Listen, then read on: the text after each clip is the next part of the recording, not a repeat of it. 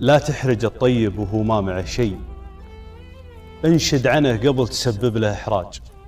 يمكن ما هو لاقي ولو رشفة المي وعينك تشوف انه على بير هداج. لو تطلبه كأنك تقول له عي، وتعرض علومه على كل هراج.